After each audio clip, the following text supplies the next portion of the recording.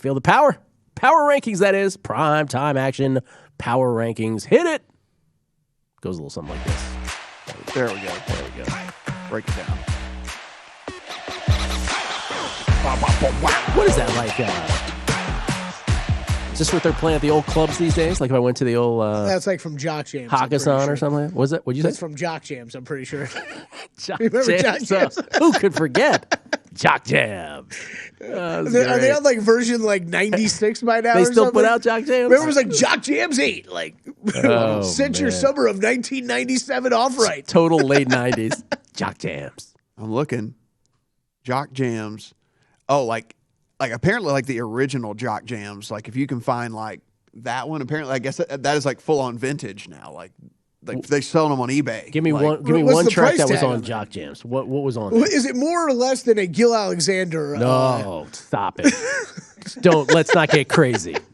It's clearly less than that. I don't even remember the name of the CD anymore. I spent $80. By the way, how quickly did we forget about that bit? Yeah. Love Zone didn't work as well when Danielle in the middle of July. And then Danielle goes. Danielle left. It seemed kind of awkward after that. Yeah, a little awkward. They started out slow gems. Look at that kid. Forgot about that. So they started out with young, no problems. The Michael Buffer. Let's get ready to rumble. That's how the whole Jock Jam started out. Sure. It went into Whoop. There it is. Oh, you got to have Whoop. There it is. Tootsie Roll. Tootsie Roll. Of course. Yeah. Let's see. We got It Takes Two. It Takes Two to Make Hip a Pin Hop Go Hooray. Right. Naughty by Nature. Pump Up the Volume. Yep. Gonna Make You Sweat. Yeah, CNC, right? Yeah. Uh-huh. How did YMCA make it on Jock Jam? Seems a little out of place. Yeah, interesting. All right. I mean, You know, of course, Pump Up the Jam. Oh, Pump Up the Jam, of there. course. EMF Unbelievable. You're unbelievable, made right? it. Yeah. So those all. Oh, those are so 90s. Good job, So Jock Jams. there was 5 volumes. It was 95 through 99, and then 2001 they had Jock Jams, the All-Star Jock Jams. That was like the Johnny Unitas San Diego Chargers year, where it's like the career was over, but he was still hanging on. I actually thought there was more of those. I don't know. Jock Jams made it to number 10 on the charts in 1996. It did. On the albums chart? Yeah, on the albums chart. Albums, Boys and Girls, was a thing where they had like a bunch of singles together on one. Boy, yeah.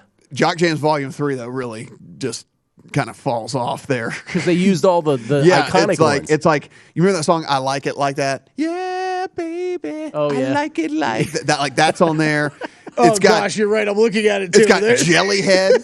Yeah, see, No Diggity. Like, No Diggity isn't like a Jock Jam. No. Like No Diggity's not a Jock Jam. Though No Diggity's one of those songs where the first time you heard it on the radio, like I just slammed the brakes on my car. Yeah. I was like, what is this? This is outstanding. Jock Jams Volume 3 is the worst. They just had to like... They used them all 1 and 2 up. did so good Yeah, that they they were used them like, all we up. have to do a 3. And then they were just scraping the bottom of the barrel here. By the way, there was a whoomp, there it is, and there was a hoot, there it is. Little knowledge of there it is tracks from the 90s. Look that up. They did have 95 South was one of them, and then somebody else did the other one. And then Volume 4 gets weird. I mean, like you have Getting Jiggy with It. Oh, sure you did. And but Backstreet Boys are on here. Okay, you're done. Salt and Pepper Push It.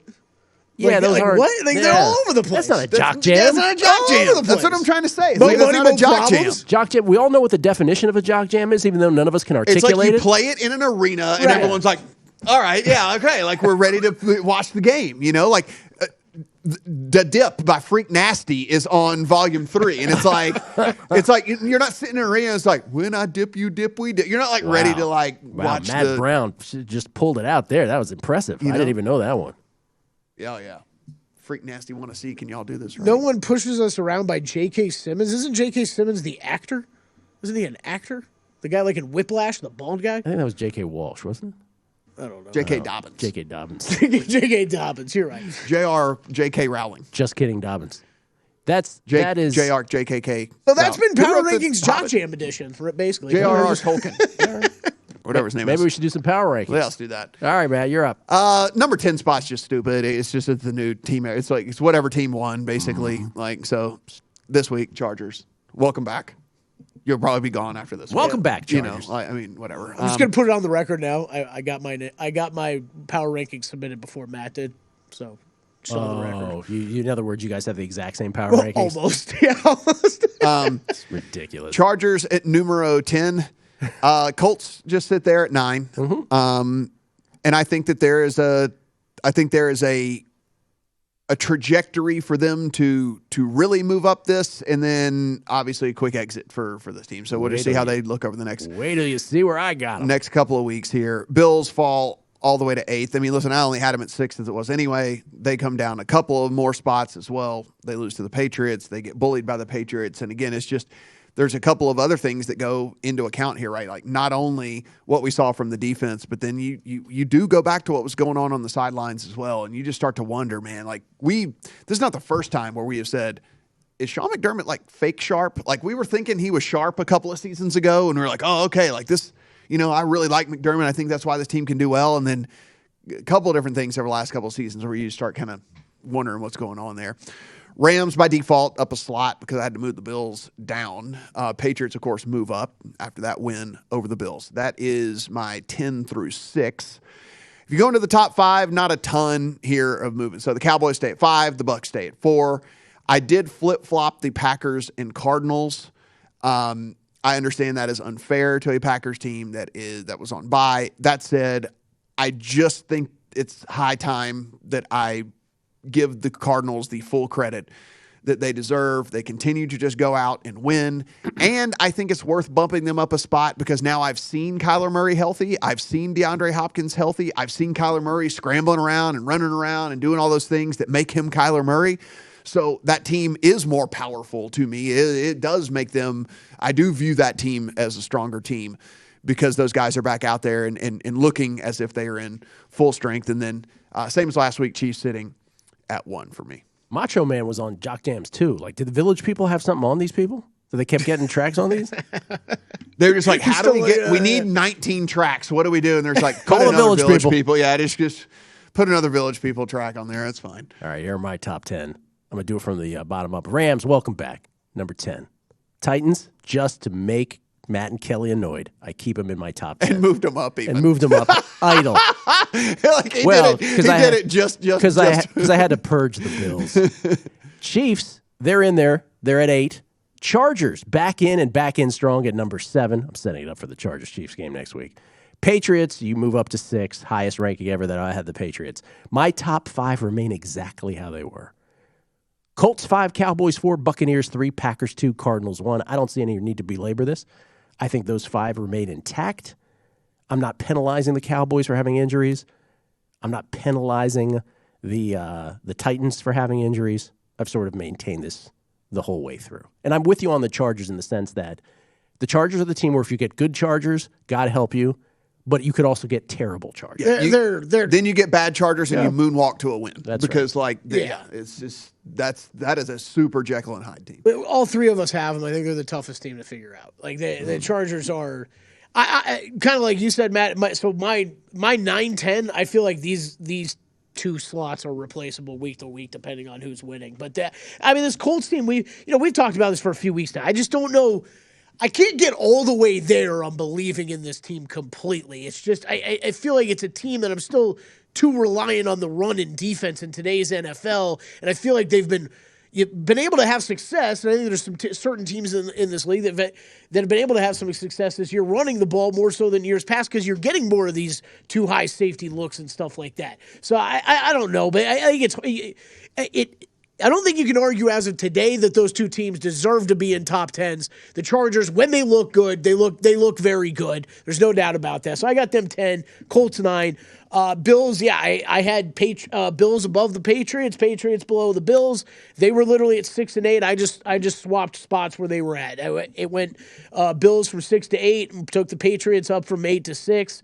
The Rams, Bills, I kind of went back and forth a bit on who I thought should be above one another. But I think end of the day, just truth serum, I would rather, like, if those 2 teams faced off today, I'd have a bet on the Rams over the Bills. I think that's, we're talking about I would. Yeah, we're talking about that game this weekend against the Bucs, but I think even I have the Bucks obviously well above the Rams, but I think even the Rams I would probably still have a bet on over the Bills if those two teams were facing off this week. Well, I mean, you look at the Rams, right? I mean, we saw what the Patriots were able to do, and then you've got the Rams now, who Darrell Henderson wasn't healthy this past week. They rode Sony Michel. Sony Michel was able to do stuff on the ground. Now, if you can go Darrell Henderson and Sony Michel, two-headed monster against a team like the Bills, yeah, I think you could bully them just like some of these other teams have. And then, Patriots move up as. So again, they're 6 to me. That's as high as I can move them up right now because that's still a team that was exactly mine. 6. They're the hottest team in the NFL right now. There's no doubt about that. What they've done this year, they've far gone over the top of the expectations that I had for them. But I can't put them into that top 5. To me, they still don't crack where those other top 5 teams are at. But okay, go to the Cowboys at 5. I have question marks about the Cowboys right now. Like, is Dak fully healthy? Is that going to be a problem for the rest of the year? Is Amari Cooper going to be able to come back, stay on the field? These are all. I think the Cowboys have less of a margin for error with injuries than some of these other teams. And Matt, like you brought up yesterday about the Packers, same kind of thing, right? If Aaron Rodgers or Devontae Adams go out, it's a major, major problem. So I don't know. There's something that makes me hesitate a little bit on those teams. But Cowboys 5, Chiefs 4, Packers 3 because of that. I've got Bucks number 2. That's one I guess I'm going to talk a little bit about when we get back from the break because I'm a little surprised you guys have Packers above the Bucks. I think the Bucks are kind of that solid number 2 team for me behind the Cardinals. All right, so about the power rankings, before we get into teams in our actual top 10s, because I'm not sure we're all that different. We are, here and there, but not like hugely. None of us had the Ravens in our top 10. None of us had the Bengals. After 12, does it fall off a cliff? So I can. Is that 11, 12 for you guys? I think Bengals is 11 for me. So I don't even know if Ravens are 12 for me.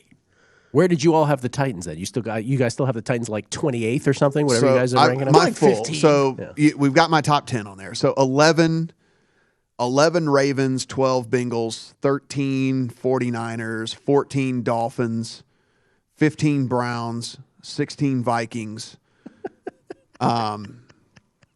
17 Titans, 18. I didn't know he did this.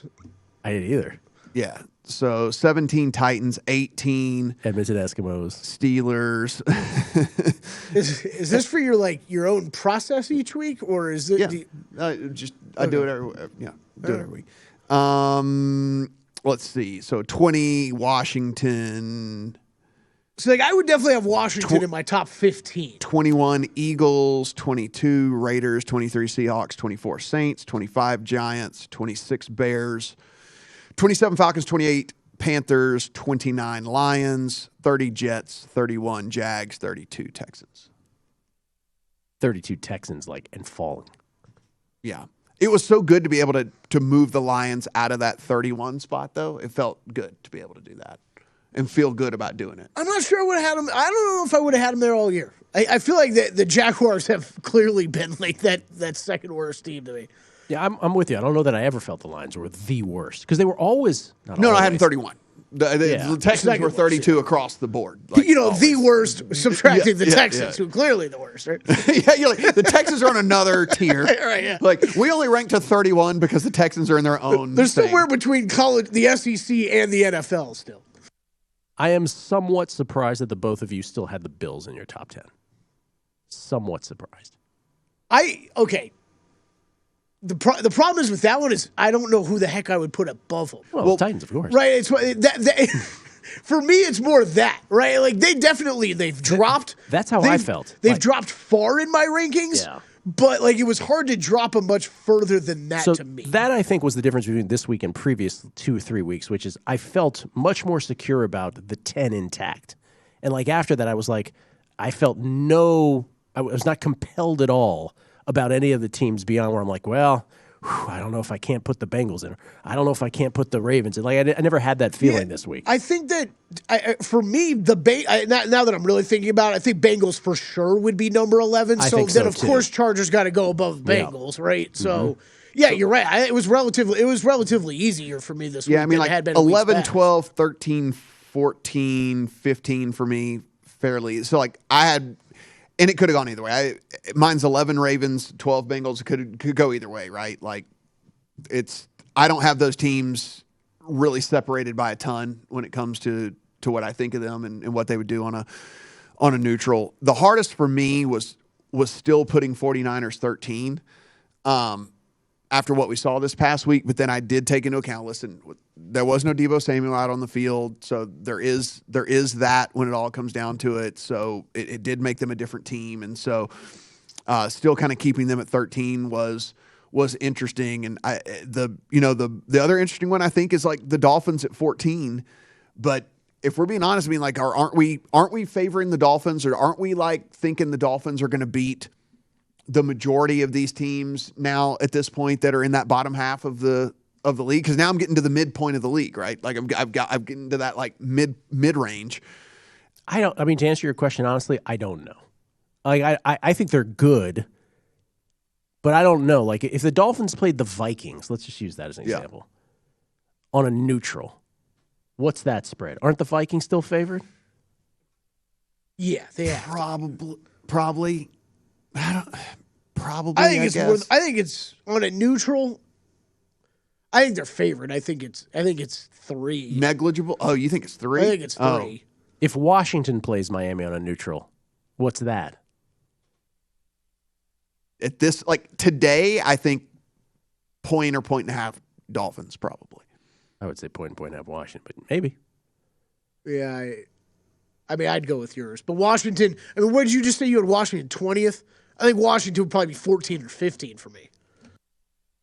Yeah, but also, that's also taking into account, like, so now there's injuries stuff or whatever. I also see that the other thing that came apparently evident over these last 2 games is just like, I guess they're just going to treat Curtis Samuel with kid gloves because they don't want him to. I mean, he only played 20 snaps. He only played 20 snaps this past week. He only played 19 snaps the week before. So I guess this is the thing is like, okay, he'll just go run very limited routes because we don't want him to get hurt again. But the thing is that he's going out there. He's only playing 20 snaps. He's only got 2 catches for 8 yards, right? I mean, like he's a non-factor in the offense. Pardon me, I'm laughing because as a Washington guy, it's like before the season, like Ryan Fitzpatrick's exactly the quarterback I wanted, and Curtis Samuel is going to be that number 2 wideout across from Terry McLaurin. Wow, is this going to be great?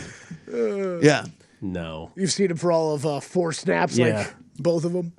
And then the other thing was just the Logan Thomas thing. I think it's another one of those deals that, like, moving forward, I have to take that into account that I think I loved him coming back so much for this team and thought that was such a huge boost for this team, and then to lose him again and to see just Curtis Samuel not being any sort of factor for them, we're kind of back to where we were 2 weeks ago. Mm-hmm. We're like it's Terry McLaurin and it's Terry McLaurin, and then whoever else can possibly step up to be that kind of number 2 guy. So, but it is interesting though. I mean, I think we're all like pretty solid in the fact that Ravens on the brink, Bengals on the brink, and then after that it's kind of not well, except for Gill. You'd have to say the Bills were on the brink for you. You'd have to say they're at least on the teetering. Yeah, no, they're right outside of it, right? But the Rams are another interesting one too, right? Because on paper they should be great, but like we were talking about earlier, it's like, ooh, I don't know. Like of that second half, that 6-10. I'm just looking at yours on the side here. They're the one team where I'm like if the Cardinals crush them this week, and I know it's the Cardinals and they're our number 1 or our number 2. But how many times do we have to see the Rams lose a football game, right? Before you're like, well, the only team they've beaten in the last month and a half is the Jaguars, right? After a while, they are what they are kind of thing. So I worry about that team. Yeah. But they deserve to be, I mean, they're a top 10 team because like Kelley said, who else are you going to put in there? Yeah. I think that they're like the Bills. It's like, hey, you're like, it's high alert time for you guys, right? Like it's, because you're right. Like you've now seen, like, okay, just look back what they've accomplished over the past 5-6 weeks, and it's like, all right, there's not really much to write home about here. Go out and get a significant win. Yeah, you wouldn't let the Colts or the Titans lose 4 out of 5 and still have them in there, right? No, absolutely, So absolutely. At some point, you're just, what are we doing with this team? Where did you have the Patriots? We all had every one of us had the Patriots at 6. That was like the one team. and they have to stop there for Yes. me. Me too. Because It shows how I much would we think respect that top five. Because the top 5 team, because the 5 teams above them, I would easily have. I would, unless the spread was egregious, I would bet all 5 of those teams over the. Yeah, over, me too. over the Patriots. And your point was well taken. We didn't pay this off about how you had the Bucks over the Packers. Yeah. Yeah, you know, and I thought that more interesting. We only got a short time here. More interesting with what you said, Matt, because I thought you laid out a good point about the Packers last night, where it's like, man, this is a Devontae Adams, Aaron Rodgers connection away from how good is this team really? So 2, 3, 4 for me, no discernible, like quite literally no discernible. And those are shown in all the betting odds too.